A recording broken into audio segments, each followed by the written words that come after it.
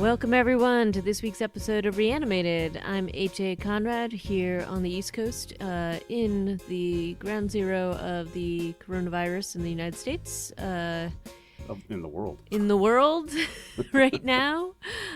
Joining me on the other coast is my intrepid co-host, Stuart Tiffin. Hello, Stuart.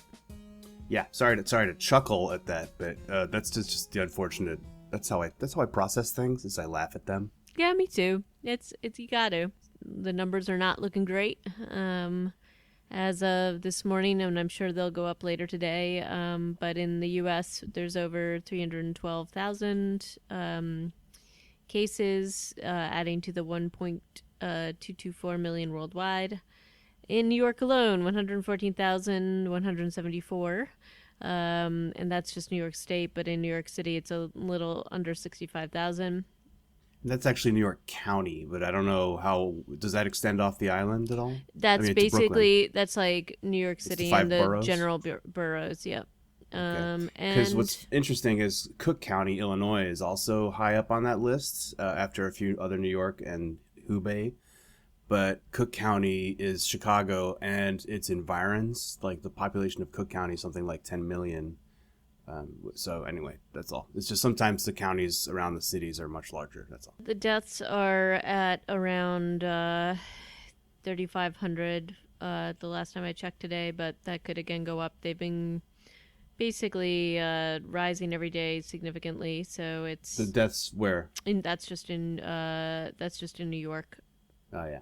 Yeah, in the U.S., we're at 8,500. By the way, I'm Stuart. I'm your other host. I'm in California. Did we already do that? But 8,500 in the U.S., 1,320 of those in the last 24 hours, which is a hugely high percentage of 8,500. I did the math last night with different numbers, and it was something like 18% of the deaths in the U.S. were in the last 24 hours, so...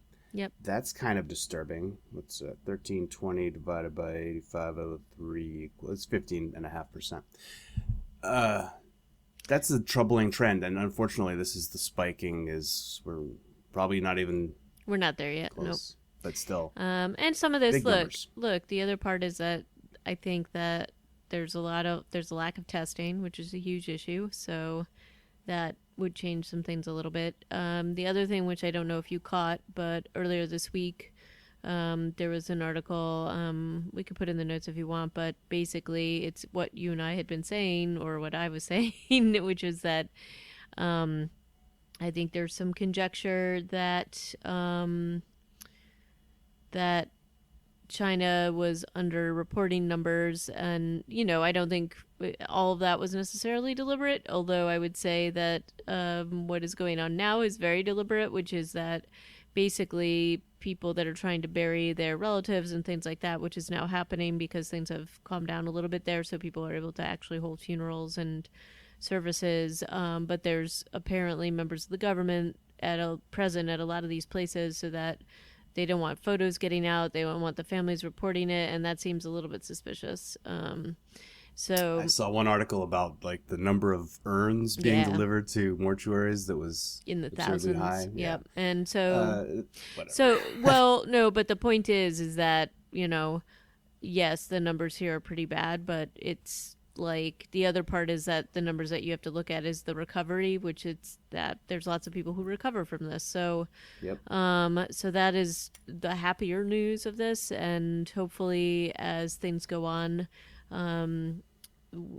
there will be more positive news. The other piece of positive news I saw was that, and again, this is early days and very conservative in terms of what they think about this, because they're just doing sort of trial runs, but there is some evidence that a TB vaccine does provide some heightened immune function against this, and they are doing some test runs in Australia right now with some healthcare workers. So the hope is that this could be a potential Band-Aid, at least for the healthcare workers on the front line. So if they get this, hopefully they are able to bounce back a little bit more quickly. They have seen a little bit of success with this specific vaccine in boosting immune response to bronchial infections. But again, there's not a ton of evidence yet, which is why they're doing a test run. But I would say if it is successful, that could be at least something that could help at least for a little while they figure out a true vaccine to this and better treatments. So that was let's try to stray into the happier stuff. Here in New York, we're pretty locked down, as you know. I did enjoy your lockdown portrait. That was pretty cool of your fam. Yeah, so a local photographer's been going around taking pictures of families all over town, which is nice. And yeah, using a telephoto lens. Well, Lots of cocktails featured in these pictures. Yes, I would imagine. So there's and I'm sure you've seen the daily cheese ball videos Bill and I have been doing. Which stuff. A lot more acting going on your part. Reluctantly, you're having to deliver lines, especially in interrogations. Reluctantly, but I do what I can for the good of everybody. So but in any case, and I will say having the rowing machine has been helping him immensely. I'm not quite there yet because I have my little rib injury right now, but I've been doing at-home workouts and things like that. But I think as long as people can just stay inside, that's the good thing. Hopefully people will be doing it. A lot less people out on the streets now. Here I bought stock in Peloton, so if you're listening, buy a Peloton. Water Rower 2 is apparently hopping right now. But I did not buy stock. I should probably buy stock in that company. So as far as the states go, the breakdown of the top 5, yes, New York is king, unwillingly, unfortunately. Yeah. Followed by New Jersey, and then Michigan, California, and Louisiana. And a couple of these are not like the others, namely in terms of the size, the population of these states. You'd think the most populous would have the biggest numbers. And sadly, that's not the way that's going. Because California has 39 million people in it, but it's only got 13,000 cases. I mean, that is going up dramatically, but not nearly as fast. What's really troubling is that somewhere like Louisiana isn't even in the top 5 because they only have 4.5 million people there. Yep. With 12,400 cases. And there are other states that I'm looking at quite closely, mostly Missouri. I'm trying to figure out if they're going to have like a ridiculous spike because their governor has opted not to do a statewide shelter in place. Arkansas, the big cities are doing them. What'd you say? Arkansas as well has not had an order in place. Yeah. So far, though, like Missouri's still under 3,000 cases for the state. So well, hopefully that's true, but I think in a lot of these places the lack of testing is also the problem. They are saying they've tested something like 20,000 people. But, we'll see. I also, the thing that has been quite disturbing and disheartening has been the overall federal government's response to this.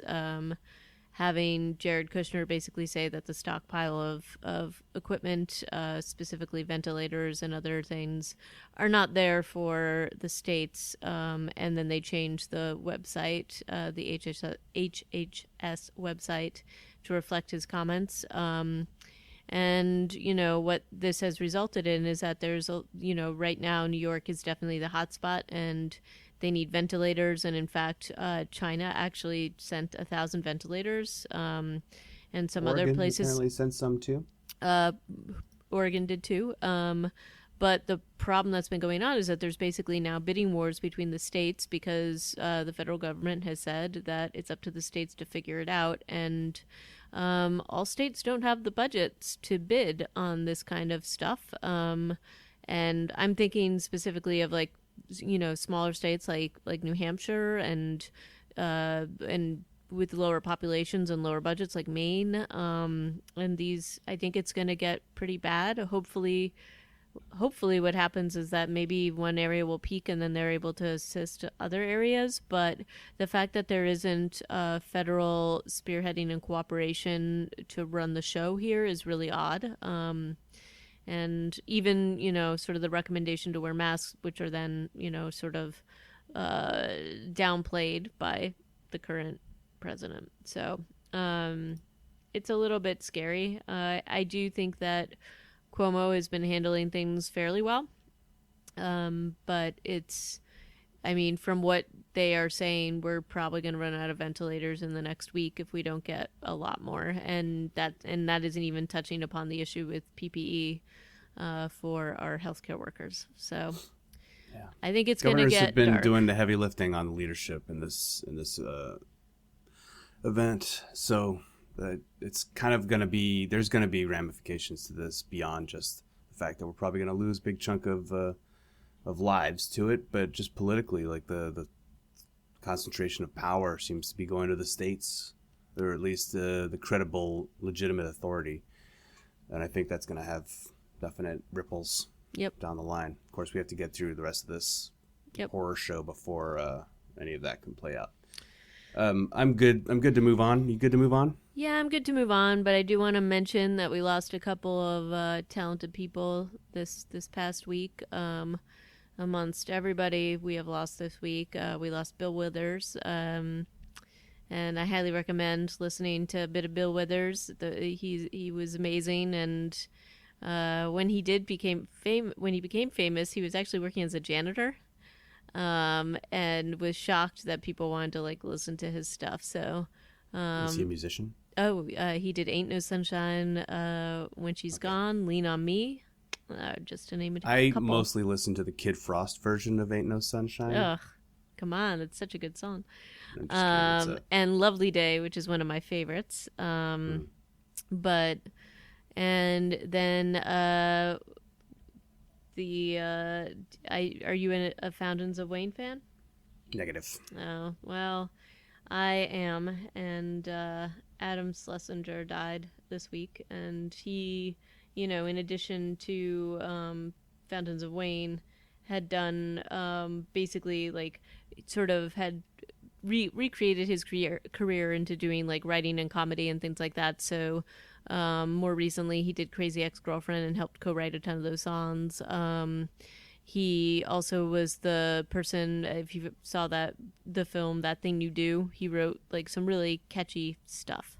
He and Fountains of Wayne were, there's some songs that are definitely part of my little history there. So that was just pretty awful to lose him, and I'm sure there will be many, many more. And Ellis Marsalis also died this week. Yeah, So, I saw that. That was bad. Yeah. Well, they're all bad. They're all But that bad, was- but there's that was just one that hit me like, shoot, I feel like I might have even seen him live 100 years ago. yeah.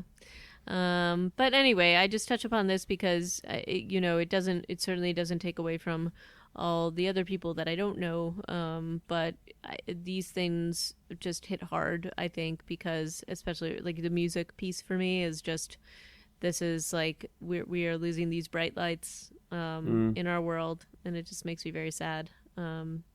So anyway, that is it for the depressing news. Let's get into something a little lighter. I'm sorry, I've got one more piece of potentially depressing news for you. Oh God.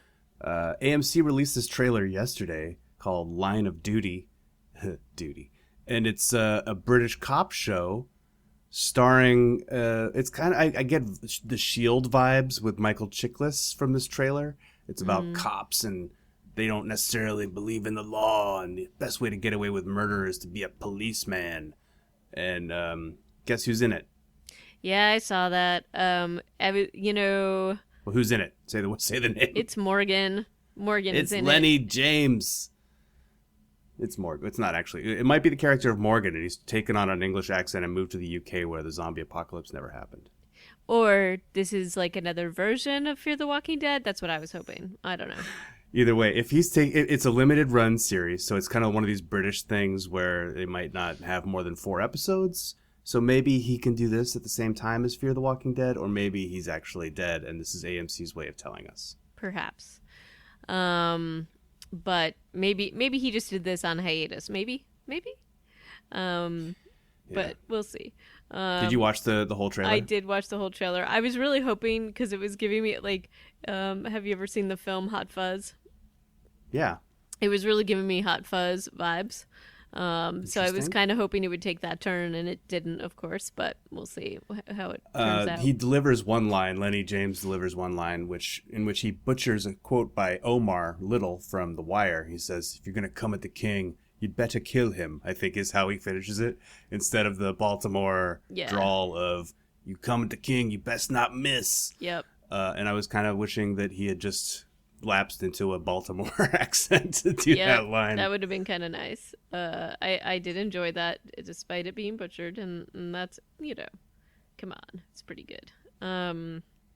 But in other trailer news, there was a full trailer for Train to Busan Peninsula. And it's, I mean, I don't know, I guess part of me was feeling like a lot of the zombie extras from Kingdom got hired by this or vice versa.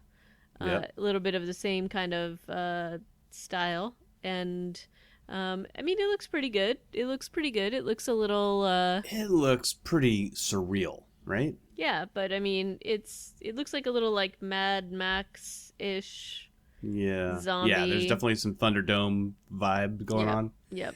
I think it's divorced from, like, the Train to Busan was happening when the world was still recognizable, and this world is almost unrecognizable. And it's 4 years. It's 4 years in. It's 4 years after the initial outbreak.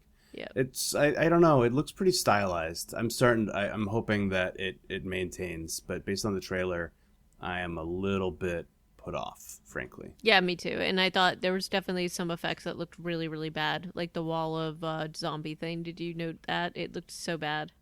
So we'll see. Of course we'll watch it though. Of course we will. But are you ready to review? Yeah, let's do some reviewing of Morningstar and Walk With Us. Yep. So This is so the first one's Morningstar. Satrazemis still getting some directorial work in before he becomes showrunner for The World Beyond, and then 2 writers, which I've noticed there's kind of a trend of that going on. Mm-hmm. Julia Ruchman and Vivian C. Yep. Or Say, and this is the big fight. Yeah, so basically, we got Hilltop figuring out that they're about to get attacked. Daryl has come back, and, basically there's a bit of a moment because Kelly and Miko want to like go out and look for Connie and Magna, and Daryl's like, we have much bigger problems, and basically recounts what he saw.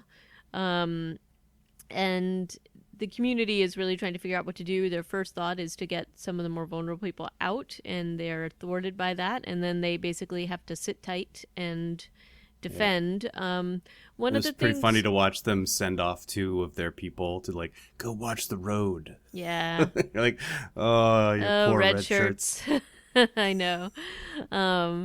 But, one of the things that seems mysterious to me here is that, there's a lot of talk about how they don't tell the other communities that this is happening because they can't get there in time. But wouldn't you want to at least warn the other communities? Because you don't know whether Alpha is also planning to strike those communities. Wouldn't you want to give them a heads up? If they get completely overrun and they just go radio silent, Alexander's going to be like, what happened? Oceanside. I wonder if we should out we there. should we send a party to Hilltop to see if they're Right. okay? So that decision seems very strange to me, especially in the spirit of trying to keep the communities working together, and that's like what the whole season started out with. But let's set that aside for a moment. We see a lot of battle prepping. We see Daryl with his Morningstar, which I'm assuming is where this got its title. Pretty sweet weapon. However, I would posit that Mary has the most appropriate weapon for this fight, which is a spear. Yep. And there's also probably a double entendre there with the Morningstar thing, because that's the Lightbringer Lucifer reference. So. Oh yeah, and he's got his angel wings back. Yep. On his vest. Interesting. So I'm Morningstar. I would not have put that together. This is why we have a podcast together. And then we got Eugene having some loving time over the radio with his paramour Stephanie. And she eventually spills the beans and says where she lives, Yep. which is West Virginia. So I don't know how far this is in reality. Have you looked at a map? I No. mean, these are fictional places, but it's probably several days' journey. Right. In the books, they are actually in Ohio, but okay, I guess they have to make it a little closer.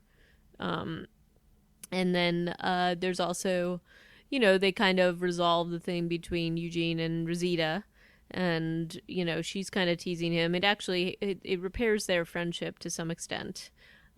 Because she's the one that discovers he's been talking to this person. I do find it odd that Rosita has not raised an alarm about the fact that he is talking and potentially giving away sort of strategic information to somebody that they have no idea who this is out there, but okay. You think that that's odd, and not the fact that she tries to get him to kiss her and starts to flirt with him now that she figures out that he's got something else more interesting than her? Well, I felt like she was doing that to basically get him to admit that he had feelings for the other person. I do think it's a little weird, but she's not necessarily the most sensitive person generally. So it seems very immature and like borderline hostile to me. it's hostile, Emotionally hostile. It is sort of, but like I also think that they do have this understanding and history that go way back, and they are at this point. Yeah, but since before they've been on the show, they were together. In fact, right? Right. So I feel like yes, I could read it that way, but I also read it as this sort of establishing a different level of trust and friendship with them, and the romantic aspect between them and Eugene's yearning for her is out of it now. And we see this Just like later that. because he basically tells Stephanie that he would love her to meet his BFF. And so I thought that was okay. I agree. I think it was a kind of a weird way to get there, but what are you going to do? I mean, he is consistent. Eugene is consistent in that. It's just I think that the Rosita stuff is weird and comes out of nowhere, and it flies in the face of everything that she's done throughout this season, unless she's testing him, which is then just like what? No, not unnecessary. So that aside, I am happy that Eugene seems to have something that he is going after, that and that she apparently, without seeing him, it's like that new reality dating show on Netflix, whatever it's called, Love is Blind. She's also like, yeah, you sound like someone I could hang out with your weird way of talking. Yeah. So they're gonna work it out. Yep. We also have some weird group dynamics because Mary has come into the camp and she's met with a lot of hostility from Alden and others. And Earl. And Earl. And like I do understand it to some extent, but she has helped and she has run away from them, and so I do understand why they don't want to totally embrace her, but this feels a little bit forced to some extent.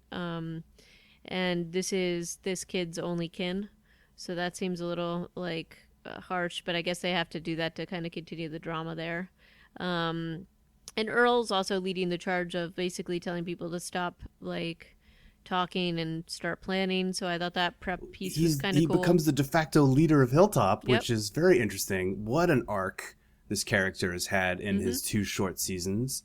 Like going from town drunk who tries to kill Maggie, Yep. right, to this like raw whiskey and razor blades sort of badass. I mean, he's not 100% the leader. They are basically leaderless since Tara died. Nobody has taken over. So it seems like Daryl's maybe supposed to be. No, he's not. Yumiko is sometimes in charge. Sometimes Alden is the loudest voice in the room. It's very curious why or how they're even. I guess they're a council maybe, but that's not. Do we see any council shots? No, and so there's that. Yeah. Daryl's also calling some shots too. And so there's that, and he's basically setting up stuff with Ezekiel to make sure that all the kids get out, and that was kind of a good moment between them. There's also a lot of Daryl Judith action here to make sure that we see that connection still, and Daryl basically telling Judith, I know you want to fight, but you got to get out if we tell you to, and that's like it's a good little interaction between those two. There's a lot of these kinds of interactions because Carol also like knocks boots with Ezekiel, and finds out that he's dying, and so that's some resolution there. And And he's come to terms with it too. He's yep, much more just like, nah, I got cancer. It's yep, just like and he's ready to go. He's kind of ready to take care of business, which is nice because the last few episodes of him being like unsure of himself and wanting to throw himself off a cliff or whatever, not sure if he does. That's not the Ezekiel that we know and love. And so if he's gonna have to go off the show, he's gonna go in a big way. So he's kind of setting up for some sort of exit, I feel. yeah. And then also Daryl and Carol resolve sort of. No hugs, but at least there's like a moment between them where they resolve at least something. Where he's like, I'm not going to be mad at you. On the other side of things, we've also got the Whispers getting ready. We see a little bit of Negan's weird interaction still with Alpha and the whipping of the arms and Yeah. stuff like that. You know, I just love every moment that he's on screen. I can't help myself. And we see them prepping the sap, so I kind of knew where that was gonna go. So, I mean, I haven't done any research into this, but how realistic do you find this whole Greek Uh, fire sap the thing? Greek fire thing I find a little bit because sap is not. I mean, pine pitch is like extraordinarily viscous, so Right. I don't find this. I mean, maybe I'd have to do a little bit more research, but What are they thinning it with? Because when right, they throw those things, it comes it's out just basically like gas. like gas. And I don't know that I've ever seen pine pitch, even when it's like super fresh, being this sort of like liquid. So, but okay, it's an ingenious way to have a weapon, and they have to give the Whisperers something more, I Yeah, guess. they're certainly showing them to be more technologically savvy in a way, like in a woodsy way, Yeah, than they have so far. yeah. And we also see that Alpha totally trusts Negan, or at least seems to be working into that with him, and he is able to be extraordinarily close to her. So there's that. The other reconciliation or sort of weird interaction is between Carol and Lydia, and I thought that was like a nice little moment between those two, where we see. A nice moment slash it was ice cold when Carol's like, when I kill your mom, are you gonna be mad at me then? And Lydia's just like, I'm not gonna be thinking about you. Yep. And she's like, thanks for being honest. People don't do that anymore. I'm sorry that your son is dead and you hate the world. I Yeah, don't know. yeah, It's just no, like but it's an honest interaction between it them, was which honest, but I is. don't think Carol left that conversation feeling particularly good about herself. Not that she has in several episodes. But. Well, I don't think she has, but I think that leads into the next episode when we hear some things she says. So, so there's that, and then, we have the pretty big battle scene. I will admit, I kind of thought that there would be some sort of something where the cavalry might come in and help them against the Whisperers.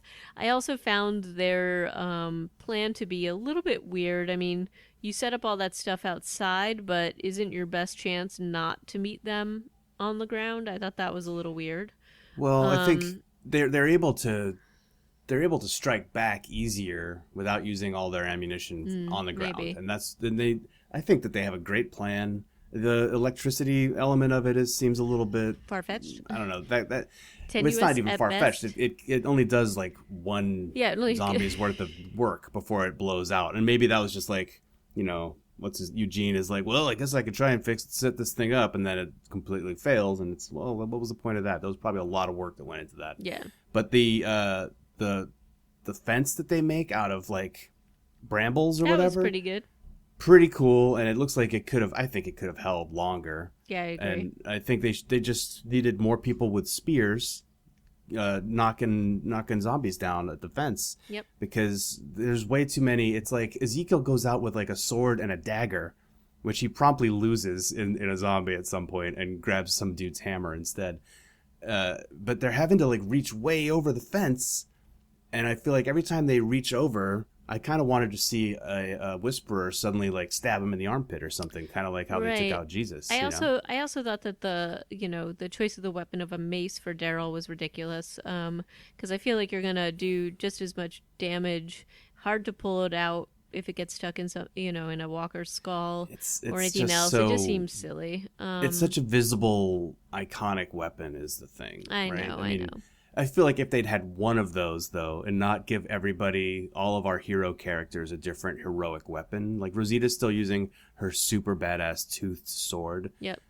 but I think everybody should have just had a spear because that's clearly the weapon you need in that Right. scenario. Right. And that's also somewhat of what they've practiced with. So that seemed a little bit weird, but Aaron, I think Aaron, I don't remember if Aaron was using a well, spear or not. he has his mace arm. Yeah. And then, so we have them, we see all the heroics. We see them seem to be doing pretty well, and then obviously things take a turn when they get hit with the flaming tree sap. So another gripe I have with that scene is the Whisperers do not seem to range in or need to range in any of these Nope. shots. Nope. They just do one.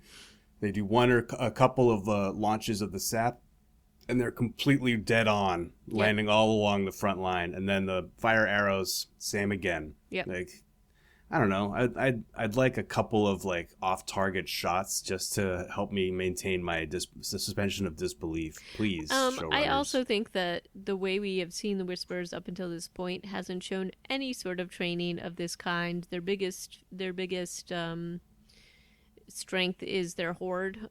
We have never seen. I mean, they're all pretty stealth, but yeah, they're stealth, but they're all pretty weak, and we have never seen any sort of archery from them.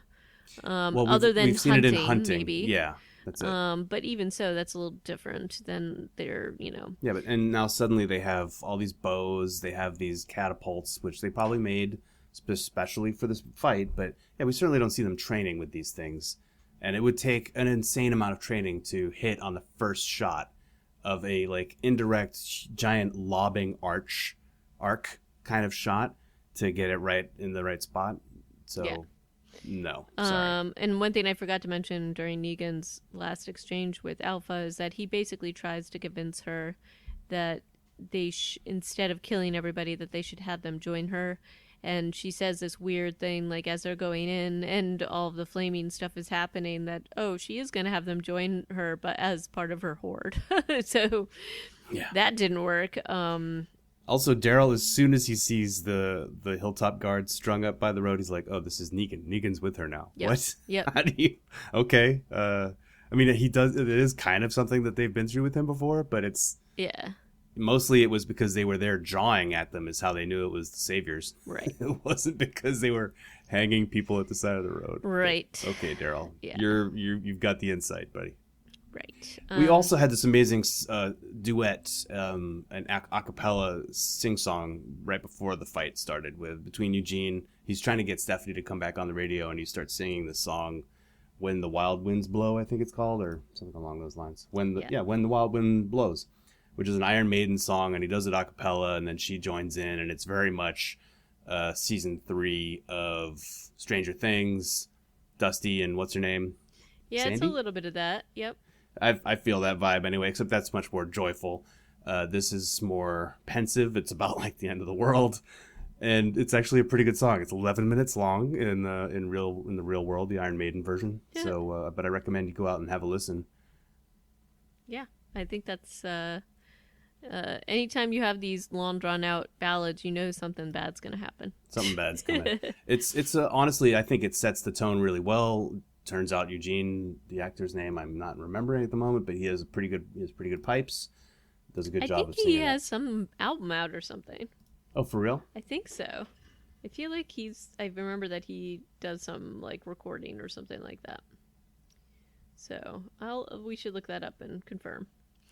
But yeah, so there's all of that. We also get to see a little bit of Judith in the fight, and basically she kills her first human because she kills a Whisperer, not realizing it was a Whisperer because I think she thought at first it was a Walker. And then she cannot bring herself to kill the Whisperer, but he expires shortly thereafter. Earl shows up and takes her away. Yep.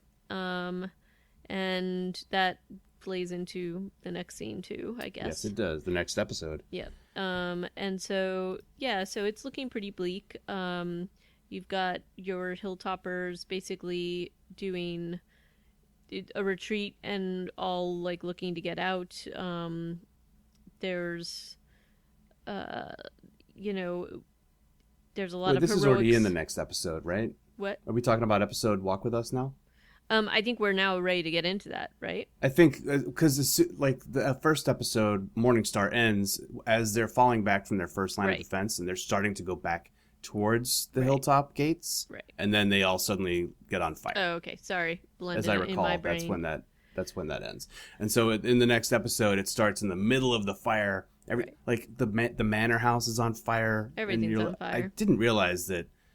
I didn't expect them to burn down Hilltop. I guess it was overrun in the comics Yeah. by the Whisperers at some point, but I wasn't necessarily expecting that. It kind of hit me Yeah. to see the manor house burning, Yeah, because or that's been whatever set that they lit on fire to Because that's- replicate the manor house burning. because that's been part of this story for a long time. So that was pretty Yeah. sad. And again, I was still holding out hope that Maggie would show up triumphantly somehow to rescue them, but that did not happen. So we've got them on the run and all looking to meet up at a point that they had talked about. We've got They're so scattered. they're all like, scattered into different groups. The fact that Aaron is by himself towing Luke on a piece of metal because Luke's had a head wound. Yeah. Also, in the last episode, we saw Yumiko runs into Magna. I don't know if you mentioned that. I didn't. I meant to say, like, I admit I did not realize that Magna was human. Still, I thought she was a You walker. thought she was a zombie. The way She's that just pulling at guts. yeah, But she also looks kind of distraught. yeah. And I will like point like one of the things that just bother me about this is that it's not like she's totally covered in guts, and True. I can't imagine that the Horde would just leave her alone. But okay, we'll give it to them, I guess. And she basically tells that she tells everybody that Connie was with her, and then she lost her, so we still don't know what happened to Connie. And then, we've also got Yumiko yelling at Carol, and there's a little bit of like weird stuff there, and Carol Decks has her. She gives her a big smack what do you call it? A cheesecake? a kisser? cheesecake kisser or something. Cheesecake to the kisser. And then Eugene and Carol have a moment, and she basically tells him to run and find his lady. So Yep. So that sets him up to go off on a quest, I guess. yep. And then we've got Alden and Kelly and Mary Gamma And Adam. and little Adam, and we have a moment. She finally gets to hold him, and the minute that happened, I was like, "Oh, she's done for." There's just no way they let her live now because she finally got to hold the kid. I did not feel as fatalistic at that point, but as soon as she looks up at the sky after taking care of like 10 walkers by herself, Yeah. I was like, oh, damn it. Why Yep. did you have to look up to the sky with a Yeah. look of satisfaction on your face? Yep. And then that satisfaction is destroyed by Beta, who kills her pretty horribly. She goes out strong, She though. does. She pulls Dora half Birch, of his.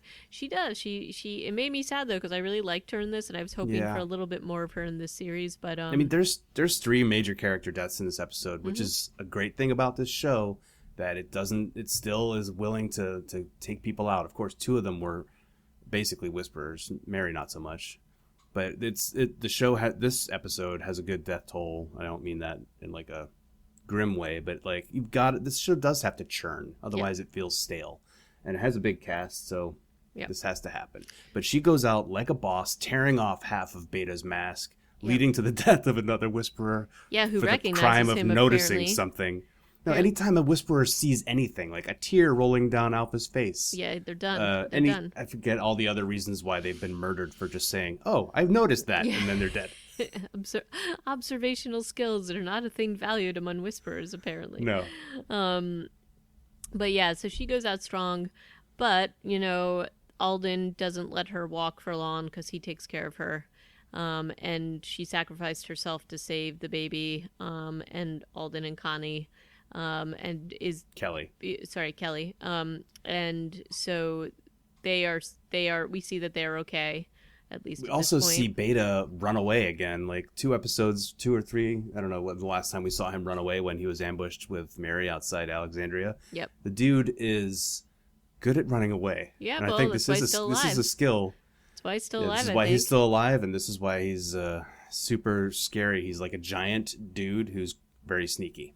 Yep. And not afraid to run away.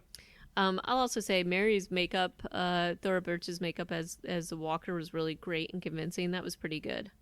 Yeah. So that was heartbreaking, but also like really well done. She did an interview with Mark Maron a couple weeks back, and was just talking about how dirty and nasty all the makeup and working on The Walking Dead. Like, you just are the sweatiest and the nastiest that you've ever been in your life. So I thought that was kind of funny. And then what else do we have here? We've got the whole fate of the children is found out. Basically, the group of people like Jerry and who else is in the group?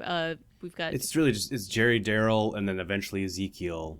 Well, there's also Nabila and a few Nabila other people and a at few of the first. other people, but when they get to the when they get to the proposed rendezvous and none of the Nobody's kids there. are there, Nabila has a burn on her arm, and Yeah. when she sees the kids there, she starts freaking out. And I have some unkind thoughts about Nabila during this scene. I'm like, well, why weren't you with them? Like, I don't know what was I don't really get Nabila's purpose as in the group Well, of survivors. it feels like they should do, like, she's often like caretaking and teaching the children, but she's also helped out Eugene a little bit. She helped him carry things. Yeah, but I it's don't know. like, I just don't see her doing anything. I mean, yes, taking care of the children, hugely important job. She should be doing that. Why isn't she with the children on the night of the well, fight? maybe they needed everybody to fight. I don't know. She needed to carry things in the battle. I don't know, like, what? Because we haven't seen her do anything actually, like, what I would consider Walking Dead survival stuff. I wish they would flesh out her character because, like, she's with Jerry. They talk about her all the time, and they just don't do enough with her. So that makes me They kind do of need sad. to do more with her. And this is what I love about this Earl arc that Yeah. we get to see come to an end in this episode, is that he starts off as like this nobody alongside Tammy, who has like a real dark time, and then kind of like soars to this Yep. magnificent eagle phoenix ending. And I just wish that they could do that for every Yeah. B-list, not B-list, that's not That's kind, mean. but every member of the cast who is Yeah. not a hero. But Earl, I mean, like, he saves the kids. Also have to say the makeup on him with this scene is so amazing. They really make, I mean, you can see him almost like turning as you're watching him. So He it looks isn't. pretty. I just figured it was like soot and ash. from the No, I fight. mean, they have him looking almost like Yeah. jaundiced and rough, and like he's almost looking like a walker without the eye stuff on and everything like Yeah. that. So, but he doesn't, when he like is very sweet with the kids, doesn't want to scare them, goes into the other room and basically creates a way to brain himself so that they don't have to do it and that he won't be a danger to them. Of course, Judith has to not stay in the house and goes and Well, is good stuck for in- her for not staying in the house in I this know. scenario. Or In this wait, by in scenario- the house, you mean behind the curtain Yes, of fabric? I was being, Which, you know. as Walker Earl, he would not have had a problem walking past the blanket to like. Why Right. didn't he wander off into the woods? I don't know. Right, got himself out of there and not like, but anyway, it allows for an exchange between him and Judith. He definitely tries his best. He puts a spike through a table and tries to brain himself, but it doesn't quite work. No, this does raise a good question of, in a post-gun society, I feel like all survivors in this community and this collection of communities should have come up with a way to To do carry that, a yep. a debraining kit. Yep. I don't know what that would A look self- like a a bear self- trap. A self one, maybe. I don't know. It has to be. It has to be a self one, because if you get bit on a Right. hunting trip or something, Right, what are you going to do? But yeah, so his tool, his little contraption doesn't work quite as well as he wants. And Judith basically takes care of business, which well, traumatizes I think her. she's a little bit. Yeah, she's not going to be okay because of this. Yeah. But he also reanimates, not only quickly but very aggressively. Yes. Like, most of the time, they wake up, they kind of get their bearings for a half a No, in second, this and case, then they he's go ready. after. He's ready to go. He is Yeah. ready to go. He goes right after her. And so, sort of in tandem with this, Daryl and Ezekiel discover the children. All the children run out, and then Daryl finds Judith kind of shell shocked after what she had done. Not Uh, entirely sure how Ezekiel knew exactly where they were hiding, since he was under a piece of wall back at Hilltop. yes, yes. But okay. I'm glad he knew somehow. Other stuff going on in this episode is some alpha beta Negan interactions. Yep. Beta and Negan are still super aggro with each other. And Alpha and Beta gives Negan the job of gathering up the loose zombies, which he can't do. It's kind of Nope. nice to see Negan fail at something. Like Nope. that one zombie just keeps walking past him Yep. until he gets bored of it and decides to brain it instead. Yep. Which I kind of enjoyed that little scene. That And was then pretty funny. they get past that scene fairly quickly and move on into plot. Yep. But I was like, oh yeah, he's still very much himself. Yeah, and it was a pretty funny scene. And whoever was playing that Walker, well done. Mm-hmm. So, we also have him run into see Lydia, and Aaron, and Aaron. He basically says to Aaron that Aaron doesn't understand. So of course, we kind of get what's going to happen. But he doesn't mess with Aaron. He just runs after Lydia, and we see him kind of kidnap her and basically say, "This is the end of the line. So you think the worst." Yeah. And then he goes to lead Alpha to her. And we saw there's an exchange between Mary and Lydia in the last episode um, that Lydia and Mary both know that all Alpha wants is for them to walk in her horde because, but specifically Lydia. So that's kind of a terrifying thing to think about, I would imagine, if you were Lydia. Do you think that's... Yeah, I was a little confused, to be frank. Like, by the end... In this episode that we're talking about now, Beta tells Alpha, I'm going to bring Lydia to you. Yeah. And she's like, this wasn't a victory because I don't have what I want. I'm not sure that she does talk about having gotten past her weakness, but I thought her weakness was how obsessed she was with Lydia. She still seems to be pretty obsessed with Lydia. Whether or not it's alive or dead, like, I don't know. Doesn't that still kind of leave you with some weak spots? And it turns out this is definitely still a weak spot for her because... I think it's a weak spot, but now she's kind of turned in her head that she doesn't need Lydia alive. She needs her as a walker and compliant, and then this way she also has it to show her people, maybe. And that, therefore, like, that whole problem with the weakness is gone, right? And Possibly. She can't control Lydia other than to do this, so I think that that's kind of where she's at. We've got like a very interesting conversation between her and Negan about this, because Negan is leading Alpha to where supposedly Lydia is. Alpha is appropriately grateful, but talks her weird sing-songy way about wanting Negan to be a cub to become a lion, and that's not totally clear whether, like, does she want him to kill Beta? I don't know. Does she want him to take, because he even says, you want me to, like, spread your word and all this stuff. Yeah. And then there's, like, we hear a lot more about Negan's past in this particular exchange, which I thought was kind of interesting. He spends so much time trying to... I can't really tell. Because given that he eventually kills her, why is he trying to persuade her that she's on the wrong path so much? Is he potentially considering, if he can persuade her not to be so insane, that he would actually become a Whisperer full time?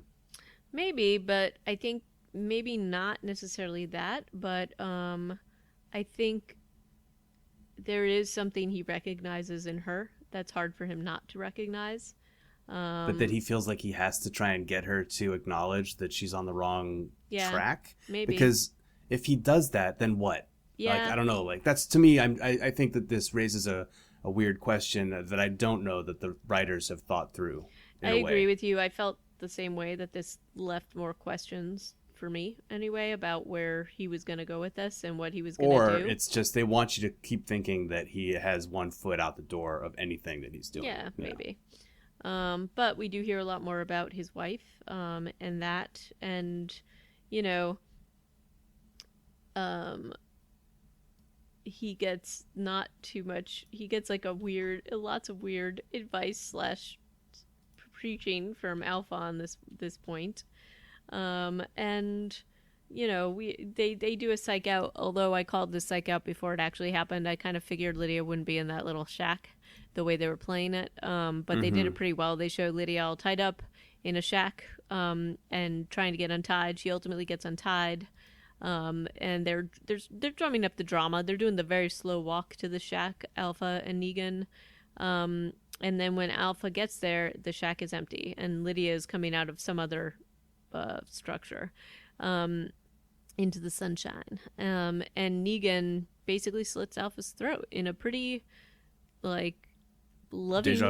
Deja vu, but also, like, in a pretty, like, he puts her down pretty lovingly for Negan. Anyway. I guess so. True. He doesn't bash her skull in and laugh about it while he's doing it. Right. And then we've got the predictable part, which is Carol. He takes the head, finds Carol, and Carol's like, "What took you so long?" And that's a get out of your seat and cheer moment. This is their first scene together. Yep. It's in the entire show. Like, we've never seen a Carol talking to Negan scene ever. So she's the one who let him out of jail. That answers that question. So many, like, it just brings out this, like, gush of, what are they going to do next? And are they going to take over the world together? Because they probably could. But up until this point, up until that line by Carol, she's still this, like, wounded, I don't know what to do. And, I could say sorry to Magna, but would that change anything? I'm going to get punched in the face. I'm going to, like, half-heartedly put down a walker. She's so, like... Yeah. But then soon as she sees Negan in the head, she's like, okay, back to her old kind of cocky self. Right. I think the confusing thing about this to me is that knowing this now, her whole sort of trek to, like, get the Horde and get Alpha makes absolutely no sense. I think she's not leaving anything up to chance, and she doesn't trust Negan to do it himself, I guess. Maybe, but it still feels a little crazy to me. To put all those people that you care about in danger. She's definitely crazy. Well, yeah. She's off her rocker this season. Yeah, that's true.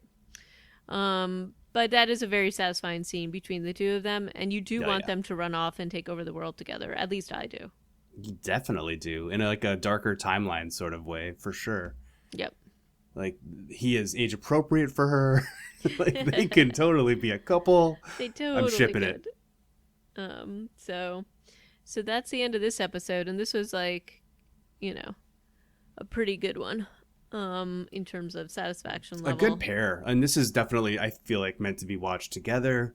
I would have, if I was the showrunner, maybe considered making this a double feature episode. Yeah. It's just that it's in the middle of this B season, and why would they ever do that? But it's just, they flow together so nicely that, I don't know. It's a way better version of the Long Night, or is that what it was called? The Battle of Winterfell? Yeah. And I enjoyed it. So this was well done. But I agree with you. I think they're much stronger if you watch them together. Yeah. So that sets us up nicely to go into next week with 2 more episodes, which I'm not remembering what those are going to be. But I think it's the Farewell Denai Guerrera episode for one, and then one other, which I actually haven't seen yet. Like, the last one I watched was episode 13. All right. So next time we'll be doing 13 and 14, which will leave us with only 15. Do you want to just do them? Do you want to just do them all together? Then let's do all 3, and then we can switch gears and move into Kingdom or something else really exciting. That sounds good. You want to take us out? All right, yeah, sure. Hey guys, let us know how you're doing. We're all coping differently. I'm playing a lot of video games until 2 a.m. I don't know how other people are coping out there. Also, shout out to Mountain Blade 2 Bannerlord. Wow, what fun. I've never clippity-clopped as much as I'm clippity-clopping right now through a fictional medieval landscape. However, you can email us at reanimatedpodcast@gmail.com. We're on Twitter at reanimatedpcast, and our show notes are going to be at reanimatedpodcast.com as always. Click like, subscribe, leave us a review. I don't know. Enjoy this time with your friends, with your family. Maybe not so much with your friends. Reach out to people on FaceTime and connect and try to keep exercising. Get those good endorphins. Keep that stress And, level down. yeah. And, we miss you. So give us a holler, and we'll talk to you again in about a week. And thanks for listening. Yes, indeed. Ciao. Bye.